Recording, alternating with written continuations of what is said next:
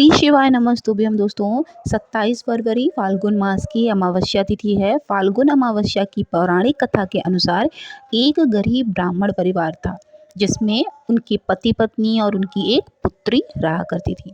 ठीक है, उनका जो जीवन था वो बहुत ही सामान्य चल रहा था। जैसे जैसे वर्ष बीतते गए उनकी पुत्री भी धीरे धीरे बड़ी होने लगी। बढ़ती उम्र के साथ उसमें स्त्रियों के गुणों का भी विकास होने लगा था। वह देखने में बहुत ही सुंदर थी और उसमें सारी गुण विद्यमान थे, लेकिन गरीब होने के कारण उसका जो विवाह था वो नहीं हो पा रहा था।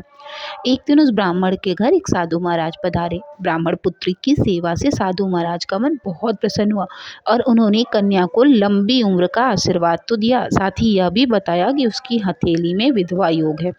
इस बात से चिंतित होकर दीन ब्राह्मण ने पंडित से पूछा, पुत्री के इस वैधव्य दोष का निवारण कैसे होगा।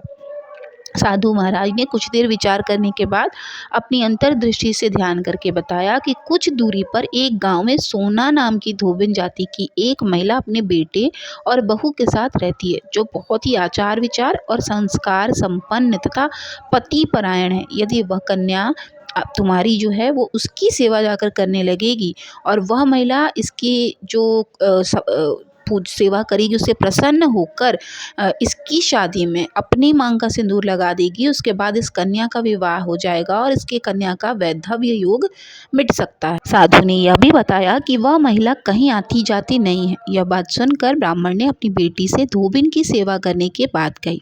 अगले दिन कन्या प्रातः काल ही उठकर सोना धोबिन के घर जाकर साफ सफाई और अन्य सारे काम करके अपने घर वापस आ गई। एक दिन सोना धोबिन अपने बहू से पूछती कि बेटी, तुम तो सुबह उठकर ही सारे काम कर लेती हो और मुझे पता भी नहीं चलता। तो बहू ने कहा, माँ जी, मैंने तो सोचा कि आप सुबह उठकर सारे काम खुद ही खत्म कर लेती हो, मैं तो बहुत देर तक सो के उठती हूँ।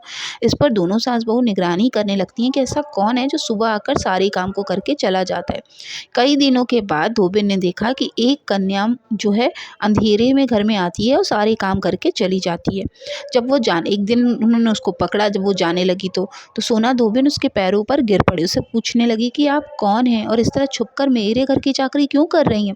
तब कन्या ने साधु द्वारा कही हुई सारी बात बताई। सोना धोबिन पति परायण थी, उसमें तेज था, वो तैयार हो गई उसकी मदद करने के लिए। सोना धोबिन के पति थोड़े अस्वस्थ थे। उसने अपनी बहू से अपने जो है लौट आने तक घर पर ही रहने को कहा।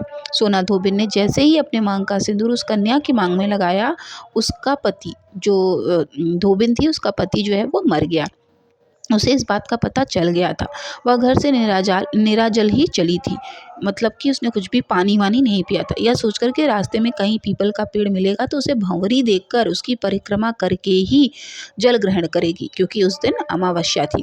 ब्राह्मण के घर मिले पुए पकवान की जगह उसने ईंट के टुकड़ों से 108 बार भंवरी देखकर 108 बार पीपल के पेड़ की परिक्रमा की और उसके बाद जल ग्रहण किया। ऐसा जब उन्होंने किया, पीपल के पेड़ की पूजा की विधि विधान से, तो उनका जो पति था, जो मुर्दे के शरीर में बदल गया था, उनमें जान आ गई।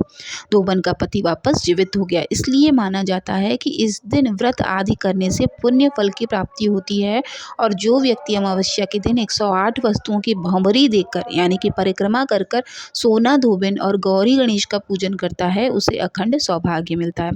ये भी कहा जाता है कि अगर आप पितरों को अपने प्रसन्न करना चाहते हैं तो भी आपको पीपल के पेड़ के नीचे उसके जड़ को जल से सींचना चाहिए। पीपल के पेड़ के नीचे ही आपको लंबी बाती सरसों का तेल का दीपक जलाना चाहिए, काली तिल डालकर। साथ ही वहाँ सफ़ेद बताशे या फिर मिश्री के दाने थोड़े से चींटियों को खाने के लिए ज़रूर डाल देने चाहिए। शाम के समय अपने घर के मुख्य द्वार पर आपको लंबी बाती का दीप ज़रूर जलाना चाहिए, पितरों को नमन करते हुए।